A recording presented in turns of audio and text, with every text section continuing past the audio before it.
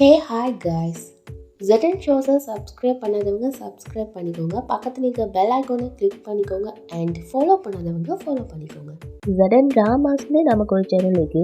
அதில் ரொம்ப மிஸ்டீரியஸான த்ரில்லரான கொஞ்சம் ரொமான்டிக்கான ட்ராமாஸ்லாம் அப்லோட் பண்ணுவேன். அதையும் சப்ஸ்கிரைப் பண்ணி வச்சு உங்களோட சப்போர்ட்டை கொடுங்க. Okay guys, so welcome to the ZN shows guys. அப்ப நம்மனும் நைஃபை வச்சுக்கிட்டு இது என்ன தெரியுதா, செல்ஃப் டிஃபைன். இப்ப ஷூட் பண்ணி பார்க்கலாம். செல்ஃப் டிஃபைன்ஸ்ன்னு சொல்லி ஷூட் பண்ணு, என்ன எனக்கு போஸ் கொடுத்துட்டீங்க அப்படின்னு சொல்லிட்டு அவரை குத்த போற மாதிரி கிட்ட வாரா. அப்ப அவரும் ஷூட் பண்ணிடுறாரு. புல்லட் அண்ட் மண்டையை போட்டுட்டு அங்கிட்ட சைடால வைத்துடுறாரு. எல்லாரும் ஷாக்காகி பாக்குதுவோ. அப்ப அவனும் அப்படியே கீழே விழுந்துடுறான். அப்ப சேகரும் அவினாஷ் நீ என்ன காரியம் பண்ணிக்க அப்படின்னு ஷோக்கா கேட்குறாரு. கத்தியால குத்த வரவன என்ன பண்ணுதுன்னு அப்படின்னு சொல்லி அவினாஷும் சொல்றாரு. அப்ப சேட்டாய் அவங்க அது இல்லை அவினாஷ், நீங்க வேணும்னு ஒன்றும் பண்ணல, ஆனா இந்த நமன் எதுக்காக இந்த மாதிரி பித்து பிடிச்ச மாதிரி பண்ணிட்டீங்களா அப்படின்னு டவுட்டா கேட்குறாங்க. அப்ப வேதஸ்ரீ அவங்களும் அது இல்லை சேத்தாலி, இதுல ஏதோ விஷயம் இருக்கு, ஆனா நமக்கு தான் புரிய மாட்டேங்குது எதுக்காக இவன் நம்ம கிட்ட அப்படின்னு யோசிக்கிறாங்க. அப்ப ரூபியும் நம்ம மாட்டிடுவோமோ அப்படின்னு டென்ஷனா பார்த்துட்டீக்கா. இங்க பியாவும் ஹெல்ப் ஹெல்ப் யாராவது ஹெல்ப் பண்ணுங்க அப்படின்னு கத்திட்டே இருக்கா. அப்ப அதுவும் அப்படியே மேலால வந்துட்டே இருக்குது. அஞ்சு பிஐக்கு சைடா ஓடி வர ஃபாஸ்டா. அப்ப அது என்னன்னா அவட ஹாஃப் மட்டும் வந்துடுறு. அப்ப அஞ்சு கரெக்டா வீட்டுக்குள்ள வந்துடுறான். அப்ப பியாவும் ஹெல்ப் அப்படின்னு கத்துறா. அஞ்சு பியா அப்படின்னு கத்திக்கிட்டே தேடுறான். அப்ப அவளும் ஹெல்ப் அப்படின்னு கத்திட்டீக்கா. அப்பதான் அஞ்சு பாக்குறான் விண்டோ வழியா பார்க்க அவளை ஃபுல்லா அது வந்து கவர் பண்ணிக்கிறது. அப்ப பியா ஹெல்ப் அப்படின்னு சொல்லி கத்திட்டீக்கா. அப்ப அவனும் பியா அப்படின்னு ஷோக்காகி பாக்குறான். அப்ப அது ஆல்மோஸ்ட் அவளை அப்படியே கவர் பண்ணிட்டு அப்ப அஞ்சு டோரை ஓப்பன் பண்ண ட்ரை பண்றான். அப்ப பியாவும் ஹெல்ப் அப்படின்னு கத்துறா. பார்க்க அது க்ளோஸ் பண்ணிட்டு அவட கை மட்டும் தான் வெளியாலேக்குது நீட்டிட்டு. அப்ப அஞ்சு எப்படியோ டோரை ஓப்பன் பண்ணிட்டு பியா அப்படின்னு கத்திட்டே அவகிட்ட வந்தவன் அவட கை மட்டும் இருக்கிறத பார்த்து ஷோக்காகி பாக்குறான். இவன் என்ன ஐஸை ஓப்பன் பண்ணுறான், க்ளோ ஆகுது. அப்போ என்ன பார்த்தா பக்கத்தில் இருக்கிற ஒரு மியூசிக் எக்யூப்மெண்ட்டு அவன் ஹேவாலாம் இழுத்து அதுக்கு மேலே ஏறி போய்த்து குந்துறான். அப்போ அந்த சவுண்டை கேட்டு எல்லாரும் யாட்டான்னு திரும்பி பார்க்குதுவோ. நம்ம என்னன்னா லேடி கடப்பிள்ளைக்கா மசா காட்டுறது இப்படி தமாசா காட்டுறீங்களேப்பா நம்மன்னு அதை பற்றி எல்லாரும் ஷோக்காகி பார்க்குதுவோ. ஐயோ நம்மளுக்கு வந்த கால கொடுமையன்னு கவலைப்பட்டு இவனும் தீய சக்தியா அப்படின்னு ஷோக்காகி கேட்குறாங்க. அப்ப நம்மனும் சொல்லாமலே இத ஏடி கச்சிதமா புரிஞ்சுக்கிட்டாங்கல்ல அப்படின்னு சொல்றா. அப்ப எல்லாரும் ஷோக்காகி பார்த்துட்டு இருக்குதுப்போ. ஆனா இனிமேதான் இருக்குது இங்க வேடிக்கை, இங்க தெய்வ சக்தியும் இல்லை அப்படின்னு பியாவை மீன் பண்ணி சொல்றான். அதோட அதிசக்தியும் இல்லை அப்படின்னு அஞ்சையும் சொல்றான். இந்த தம்பி தாங்க மாட்டாரே, ஈக்கிறதோ சக்தி இழந்த ஒரு டமி பீஸ் அப்படின்னு மோகன அவங்கள சொல்றான். ரூபியும் நான் என்ன சொன்னேன் இவன் என்ன பண்றான்னு கடுப்பா பார்த்துட்டீக்கா. இனி இவங்களால எதுவும் பண்ண முடியாது அப்படின்னு சொல்றான். அப்போ மோகன அவங்களும் என்ன பண்ணி இவனை ஸ்டாப் பண்றதுன்னு தெரியலையே அப்படின்னு யோசிச்சிட்டீக்காங்க. அப்போ ரூபியும் ஐயோ நான் இவனுக்கு ஹேவை கொடுத்து தப்பு பண்ணிட்டனோ அப்படின்னு சொல்லி யோசிச்சிட்டீக்கா.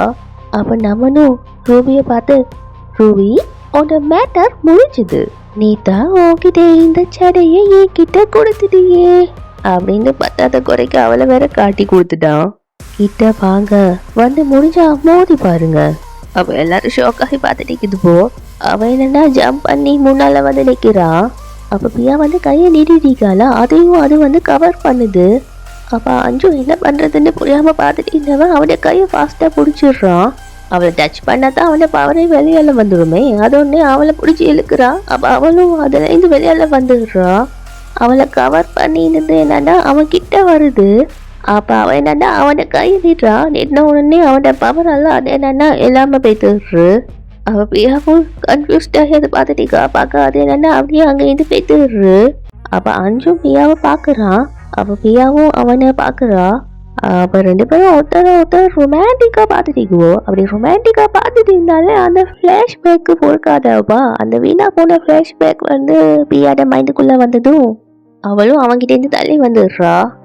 சேகரும் நமனை பார்த்து என்ன வேணும் உனக்கு சொல்லு அப்படின்னு சொல்லி கேட்குறாரு.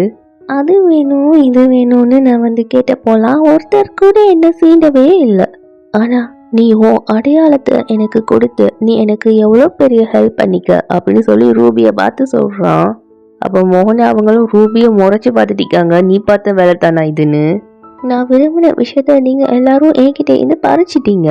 இப்போ நான் பல சாலையாக ஆகணும், நீங்கள் எல்லாரும் என்கிட்ட வந்து எனக்கு என்ன வேணும்னு கேட்குறீங்க. அடங்க, இந்த பவர் கிடைச்சதும் உடம்பு சும்மா சொல்லுன்னு சுகமாக்குது அப்படின்னு சொன்னவ ரூபி அப்படின்னு சொல்லி அவளை பார்த்து தேங்க்யூடா செல்லம் அப்படின்னு சொல்லி சொல்றான். ரூபியும் அடக்கட்டையில போறவனை ஏன்டா என்ன இழுக்கிற அப்படின்னு சொல்லி முறைச்சி பார்த்துட்டீக்கா, வீணா சுத்திட்டு இந்த என்ன கெத்தா மாத்திட்ட அப்படின்னு சொல்லி சொல்றான். நமன் நமக்குள்ள ஒரு டீல் போட்டிக்கோங்கிறத நீ மறந்துட்டு பேசுற. பியாவை உன்னை ஃபாலோ பண்ணிட்டு போன்னு சொல்லித்தான் நான் உனக்கு இந்த பவரை தந்து. பியாவை ஃபாலோ பண்ணிட்டு போவேன்னு சொன்னேன், ஆனா இப்ப எனக்கு நீ துரோகம் பண்ணிட்டீங்க அப்படின்னு சொல்லி சொல்றா. அது என்னமோ உண்மைதான் அப்படின்னு லேடிஸ் மாதிரியே சொல்றான். இனாஃப் நமன், போதும் நிறுத்து, ஜடையை என்கிட்ட கொடு அப்படின்னு சொல்லிட்டு அவன் கிட்ட போறான். அப்ப அவன் என்னன்னா அந்த ஜடையாலேயே அவளை பிடிச்சி தள்ளி விட்டு விடுறான். ரூபி செல்லம், இந்த ஃபீலிங் எப்படி இருக்குன்னு சொல்ல, உன்ன ஜடையை வச்சே அவன் மூஞ்சில பழியிருந்து ஒண்ணு கொடுத்தனா அப்படின்னு சொல்லி அவளை வெறுப்பேத்திட்டு அதுக்கு பிறகு மற்றவங்களெல்லாம் லுக் விட்டுறான். எல்லாரும் இந்த வில்லங்க இதுக்கு எங்களை பாக்குது அப்படின்னு மாதிரி பார்த்துட்டு போ. எங்க பியாவோ உன்னை யாரு இங்க வர சொன்னது அப்படின்னு அவ கேட்டதும் அவனும் பொதுவா இப்படிப்பட்ட நேரத்துல மற்றவங்களா இருந்தா தேங்க்ஸ் தான் சொல்லுவாங்க அப்படின்னு சொல்லி சொல்றான். என்னை விட்டு விலகின்னு நான் உன்கிட்ட தெளிவா சொல்லிட்டேன், அப்படி இன்னும் ஏன் பின்னால வந்த அப்படின்னு சொல்லி அவ கேக்குறா. என்ன பண்ணுது, நன்றிங்கிறது தெரியாத ஒரு பொண்ணுக்கு ஹெல்ப் பண்ண வேண்டிய சிச்சுவேஷன் லைக் அப்படின்னு சொல்லி சொல்றான். அவளும் என்னது அப்படின்னு மாதிரி பேச திரும்பிக்கிறா. எனிவேஸ், நாம இங்க இருந்து கிளம்பி ஆகணும், இங்க ஆபத்து அதிகம். இந்த வீடு இந்த இடத்துல இல்லவே இல்லை. எப்படி திடீர்னு இந்த வீடு வந்துச்சுன்னே தெரியல, எனக்கு கன்ஃபியூஷனா இருக்குது. யாரோ இது நமக்காக விரிச்ச வலையாய்க்கலாம் அப்படின்னு சொல்றான். அப்ப அவளும் யாரோவா, இதை செஞ்சது உன் அம்மா தான் ஆஞ்ச்.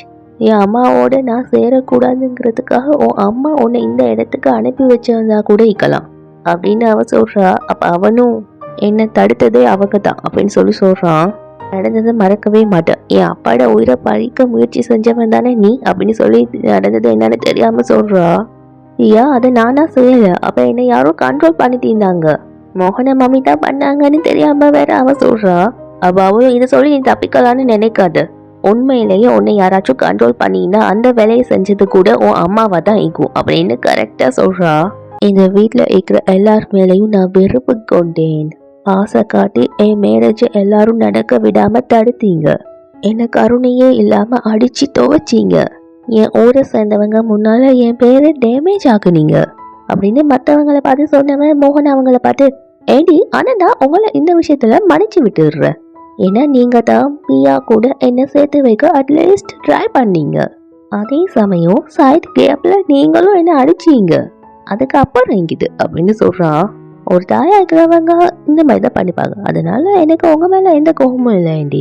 அப்போ மோகன் அவங்க ஏண்டி கட்டப்ல இருந்துட்டு என்ன ஏண்டி ஏண்டின்னு கூப்பிடுற, இது தாங்க மாடா அப்படின்ற மாதிரி பாக்குறாங்க. ஆனா நீ ஏண்டி லேசுப்பட்டவ இல்ல, ஆனா நீ ஏண்டி லேசுப்பட்டவ இல்ல, நடந்த சம்பவங்களுக்கெல்லாம் மாஸ்டர் மைண்ட் நீ மட்டும்தான் அப்படின்னு சொல்லிட்டு வேதஸ்ரீ அவங்க கிட்ட வாரான். அவங்களும் பயந்து போய்த்து பார்த்துட்டீங்க. அப்ப சேகரும் நமன் அப்படின்னு சொல்லி அவனை ஸ்டாப் பண்ண போறாரு. அப்ப அவன் என்னன்னா அவரை அட்டாக் பண்ண போற மாதிரி போய்த்து பின்னால ஈக்கிற கிளாஸ் எடுக்கிறான். அப்ப பியாவோ நான் உன்னை நம்பவே மாட்டேன், இப்ப நீ உன் அம்மா சொல்லித்தான் இங்க வந்தீங்க, ஆனா நான் வந்தது என் அம்மாவை கண்டுபிடிச்சி கூட்டி போறதுக்காக அப்படின்னு சொல்லி சொல்றா. அப்ப அஞ்சும் அழுதுகிட்டே பார்த்துட்டீங்க, இவளுக்கு நான் எப்படி புரிய வைப்பனும் தெரியலன்னு. என் அம்மாவை கண்டுபிடிக்காம நான் எங்கேயும் வரவே மாட்டேன், அதுக்கு அவனோட உதவி எனக்கு தேவையில்ல, போயிடுங்க இந்த அப்படின்னு சொல்லிட்டு அவ போறா. அப்ப அவனும் அவட கையை பிடிச்சி ஸ்டாப் பண்ணவன், ஐயா நான் சொல்றத கேளு அப்படின்னு சொல்ல வர, அதுக்குள்ள அவ பிடிச்சி அவனை தள்ளி விட்டதும் அவனும் அப்படின்னு சொல்றேன் பெயின் ஆயிக்கிற மாதிரி ரியாக்ட் பண்றான். அப்பதான் அவன் நோட்டீஸ் பண்றான் அவனோட பொடியில வந்து அந்த பலகை குட்டிக்கிறத. அதை பார்த்து பியா ஆஞ்ச் அப்படின்னு ஃபீல் பண்ணிக்கிட்டே அவன்கிட்ட போறா. அப்ப அவனும் அப்படி பெயின்ல அப்படி ஈக்கா. அப்ப அவளும் ஆஞ்ச் உனக்கு எப்படி அடிப்படிச்சு அப்படின்னு சொல்லி கேட்குறா. அது வந்து நீ இங்கே இருக்கிற மாதிரி எனக்கு ஒரு சவுண்ட் கேட்டுச்சு, இந்த வீடு எனக்கு தெரியல அப்படின்னு சொல்லி சொல்கிறான். அப்போ அவளும் அதனால எனக்குள்ள இருக்கிற அதிசக்தியை எழுப்புறதுக்கு இந்த காரியத்தை பண்ண அப்படின்னு சொன்னவன் அதை எடுக்க ட்ரை பண்ணுறா. பட் அவனால் முடியாமல் அப்படியே விழுந்துடுறா. ஆஞ்ச் அப்படின்னு பிரியா கத்துனவ அவன் வேணா இருக்கிறத பார்க்க முடியாம ஃபீல் பண்ணிக்கிட்டீக்கா. கவனிச்சிங்கல்ல இந்த ஜடை என்னெல்லாம் பண்ணுதுப்பா. அரை மெண்டல் கிளாஸ் எடுத்தது பெரிய மாசம் சொல்லிட்டீக்காப்பா. தண்ணி குடிக்க நாங்க போக வேண்டியதே தேவையில்ல. எனக்கு ஒரு டவுட்டு, நீங்க 2 பேரும் இந்த ஜடைக்கு என்ன பிராண்டு எண்ணெயை யூஸ் பண்றீங்க? வளவளன்னு வளமாய்க்குது அப்படின்னு சொல்றான். அப்ப ரூபியும் ஓ வாய்க்கு என்னடா யூஸ் பண்ற, ஒரே வளவளன்னு ஈக்குதுன்னு மாதிரி பாத்துட்டீக்கா. ஓகே அதை விடுங்க, இப்ப நான் உங்ககிட்ட ஒரு விஷயம் கேட்க போறேன் அப்படின்னு சொல்றான். அப்ப அவினாஷ் அப்புறம் யோசிச்சுட்டே இருக்காரு. குழந்தைங்களை இந்த இடத்த விட்டு எப்படியாவது தப்பிச்சு போக வைக்கணும் அப்படின்னு நினைச்சுக்கிட்டே சேகர் அவரை பார்த்து அண்ணா அப்படின்னு சொன்னவரு கயலுக்கெல்லாம் சிக்னல் கொடுக்குறாரு இங்க இருந்து போங்கன்னு. அப்ப அவங்களும் அதை புரிஞ்சுட்டு அங்க இருந்து நைஸா எஸ்கேப் ஆகுதுவோ. இந்த நம்மனும் கரைச்சி கொண்டுருவான் போல. ஜூனியர்ட ஹேயாலேயே இந்த அளவுக்கு பவர்னா சீனியர்ட ஹேயால எந்த அளவுக்கு பவர் இருக்கும் அப்படின்னா கூட்டி கழிச்சு பார்த்தா நீங்க தீய சக்திக்கெல்லாம் சீனியர். அப்ப பார்த்தா ரூபியும் நைஸா அங்க இருந்து எஸ்கேப் ஆகிடுறா. அப்ப அவனும் நான் சொல்றது உண்மைதானே ரூபி அப்படின்னு சொல்லி திரும்பி பாக்குறான். அவ அங்க எல்லாமே இருந்ததும் ஷாக் ஆகி பாக்குறா. அவ நேஹாவும் டோரை க்ளோஸ் பண்ணவ தேங்க் காட் அப்படின்னு சொல்லிட்டு தான் யோசிக்கிறா. ரிஷி அங்க எல்லாமே இருந்ததும் காஜல் ரிஷி எங்க அப்படின்னு சொல்லி கேக்குறா. அவன் என்னன்னா அங்க நின்று முழிச்சு பாத்துக்கிட்டீக்கா. அண்ணா ஃபாஸ்டா வா அப்படின்னு சொல்லி டோரை ஓபன் பண்ணி வச்சு கூப்பிடுதுவோ. அப்ப இவனும் இன்னும் கட்டெடுக்காம அவனையே பாத்துட்டீக்கா. அப்ப எல்லாரும் ஓடிடு அப்படின்னு சொல்லி கத்துதுவோ. நம்மனும் எவ அவ அப்படின்னு சொல்லிட்டு திரும்பி பாக்குறான். அப்ப அதுக்குள்ள ரிஷி அங்க இருந்து ஃபாஸ்டா ஓடுறான். அப்ப நம்மனும் துரத்திட்டு போறா. அதுக்குள்ள ரிஷி அவன் லேஸ் பட்டு அவனும் இறடி கீழே விழுந்துடுறான். அப்ப நம்மனு கிட்ட வாரான். அப்ப ரிஷி பயந்து போயிட்டு பாத்துட்டீக்கா. அப்ப அவனு பிடிக்கிறதுக்குள்ள அவங்களும் ரிஷியை பிடிச்சி உள்ளால எழுந்து டோரை க்ளோஸ் பண்ணிடுவோம். அப்ப அவனும் முறைச்சு பாத்துட்டீக்கான். அப்ப அவினாஷும் அண்ணா குழந்தைங்க சேஃப் ஆகிட்டாங்க, நாங்களும் இங்கேருந்து போய்த்திடலாம் அப்படின்னு சொல்லிட்டு அங்க இருந்து ஃபாஸ்டா ஓடுதுவோம். அவனும் திரும்பி பாக்குறான். அதுக்குள்ள இவங்களும் ரூம்குள்ள வந்து டோரை க்ளோஸ் பண்ணிடுதுவோ. அப்ப அவினாஷும் எல்லாரும் சேஃப் ஆகிட்டோம் தானே அப்படின்னு சொல்லி கேட்குறாரு. அப்ப எல்லாரும் அப்படின்னு மண்டையை ஆக்கிட்டுதுவோ. அப்ப சேகரும் குழந்தைங்கெல்லாம் சேஃப் ஆகிட்டாங்க அப்படின்னு சொல்லி சொல்றாரு. அப்ப பார்த்தா ஜெயித்தாலே அவங்களும் சொல்றாங்க. ஆனா ஒரு விஷயம் புரிய மாட்டேங்குது, அவனுக்கு அப்படி என்னத்தான் வேணும் அப்படின்னு சொல்லி சொல்றாங்க. அப்பதான் வேதஸ்ரீ அவங்க திரும்பி பாக்குறாங்க டோர் ஓபன்ல இருக்கிறத. ஜெயித்தாலே அவசரத்துல டோரை க்ளோஸ் பண்ணல, அவசரத்துல அப்படியே வந்தீங்க அப்படின்னு சொல்லிட்டு அவங்க ஃபாஸ்டா போயிட்டு டோரை க்ளோஸ் பண்றாங்க. அப்ப ஜெயித்தாலே அவங்களும் பயந்துட்டாங்க அப்படின்னு சொல்லி சொல்றாங்க. அப்ப வேதஸ்ரீ அவங்களும் டோர் ஓபன் ஆகி ஆனா உள்ள வரலன்னா என்ன அர்த்தம் அப்படின்னு சொல்லி சொல்றாங்க. அப்ப அவினாஷும் ஒருவேளை அவன் குழந்தைங்களை தேடி போயிட்டிக்கானா அப்படின்னு சொல்லி சொல்றாரு. அப்ப ரிஷியும் வந்து நடந்ததுல பயந்து போயிட்டேக்கான். அப்ப ரூபியும் ரிஷி ஐயோ ஓகே அப்படின்னு சொல்லி அவனை டச் பண்ண போறா. அப்ப நேஹாவும் கோவமா வந்து அவளை பிடிச்சி எடுத்து விட்டு டச் பண்ணாத, என் பிரதரை விட்டு நீ விலகியே இருக்கணும், உன்னால எங்களுக்கு எந்த உதவியும் தேவையில்லை, இந்த வீட்டுல இவ்வளவு பெரிய குழப்பம் உருவாகிக்கினா அதுக்கு காரணமே நீதான் அப்படின்னு அவ கோவமா சொல்றா. அப்ப ரூபியும் காய்ஸ் ப்ளீஸ் இந்த வீட்டில் இருக்கிறவங்கள காயப்படுத்தணுங்கிறது எந்த இன்டென்ஷன் இல்லை, அஞ்சை விட்டு பியாவை விலைக்கு வைக்கணும்னு தான் நினைச்சேன் அப்படின்னு சொல்லி சொல்றா. ஆனா நம்மனை எந்த அளவுக்கு வெறுக்கிறாங்கன்னு விஷயம் உனக்கு தெரியும்ல. அப்ப நேஹாவும் ரிஷி சொன்னதை கேட்டு அந்த நமன் வந்து ஒருவேளை அண்ணனை வெறுக்கிறான்னா அண்ட் பியாவை அவன் விரும்புறான்னு சொன்னா அவன் எதுக்காக இங்க வரணும் அப்படின்னு அவ டவுட்டா கேட்டதும் அவ ரூபியும் ஏன்னா ஒரு அதிசக்தியை அழிக்கிறதுக்கு பவர்ஸ் நிறைய தேவை, இன்னும் தீய சக்தி அவனுக்கு தேவை அப்படின்னு சொல்லி சொல்றான். அப்ப வேதஸ்ரீ அவங்களும் அதுக்கு ஆன்சர் பண்ற மாதிரியே மோகனா கிட்ட இருந்துதான் அந்த சக்தி கிடைக்கும்னு அவனுக்கு நல்லா தெரியும். அவ சேகரும் அப்படின்னா அவனுக்கு தேவை நாம யாரும் இல்ல மோகனை தாங்கிறியா அப்படின்னு சொல்லி கேட்கிறாரு. அப்படின்னா அவன் இங்க வந்தது காரணம் அப்படின்னு சொல்லி வேதஸ்ரீ சொல்றாங்க. அப்ப ரூபியும் மோகனோட சடையை வாங்குறதுக்காக தான் அப்படின்னு சொல்லி சொல்றா. அதுக்கு பிறகுதான் வேதஸ்ரீ அவங்க ரியலைஸ் பண்ணி மோகனா எங்க அப்படின்னு சொல்லி கேட்குறாங்க. ஓடினாள் அவள் ஓடிக்கொண்டே இருந்தாள், வாழ்க்கையின் ஓரத்திற்கே ஓடினாள் அப்படின்னு நமன் சொல்றான். பார்க்க மோகனா அவங்க சோஃபாக்கு பின்னால ஒழிஞ்சிட்டிக்காங்க. அவனும் எங்க ஓடுறீங்க ஆண்டி அப்படின்னு கேட்டு அவங்கள தேடிட்டிக்கா. பிரியாட அப்பாவும் பிரியாவும் திவ்யா அவங்க இருக்கிற போட்டோவை வச்சு ஃபீல் பண்ணிட்டிருக்காரு. அப்ப அவட மைண்டுக்குள்ள திவ்யா அவங்க சொன்னதுதான் ஞாபகம் வருது. அப்ப அவரும் எனக்கு மன்னிப்பே கிடையாது, என் பக்கத்துல இண்டிகா, என் எதிரிலேயே இண்டிகா, ஆனா எனக்கு அடையாளம் தெரியல, ஒரு அப்பாவா இந்த என்னால தெரிஞ்சிக்க முடியல, ஒரு அனாதை மாதிரி நான் அவளை துரத்தி விட்டுட்டேன் அப்படி ஃபீல் பண்றாரு. அப்ப அந்த போட்டோவை பார்த்ததுக்கு அப்புறம் தான் பிரியா உயிரோட இருக்கான்னா அதுக்கு அர்த்தம் என்ன? பல வருஷத்துக்கு முன்னால ஃபயர் ஆக்சிடென்ட்ல இறந்து போன அம்மாவும் பொண்ணும் திவ்யாவும் பிரியாவும் இல்லை. அந்த விதத்துல என்ன திவ்யா அப்படின்னு சொல்றாரு. அப்போ கரெக்டா ஏதோ ஒரு சவுண்ட் ஒன்று கேட்குது. எல்லாமும் நானும் திவ்யாவும் கஷ்டப்பட்டதுக்கான பலன். திவ்யாவுக்கு அப்புறம் அதை கட்டி காக்க வேண்டியது ஏண்ட பொறுப்பு. அதே மாதிரி என் பொண்ணுங்களை பாதுகாக்கிறதும் ஏண்ட பொறுப்பு தான். இது வரைக்கும் பொறுத்தது போதும், இனி பொறுக்க முடியாது. இதுக்கு மேல என்ன நடந்தாலும் பரவாயில்ல, இனி என் பொண்ணுங்களுக்கு எந்த ஒரு தீங்கும் நெருங்க விட மாட்டேன் அப்படின்னு டிசைட் பண்றாரு.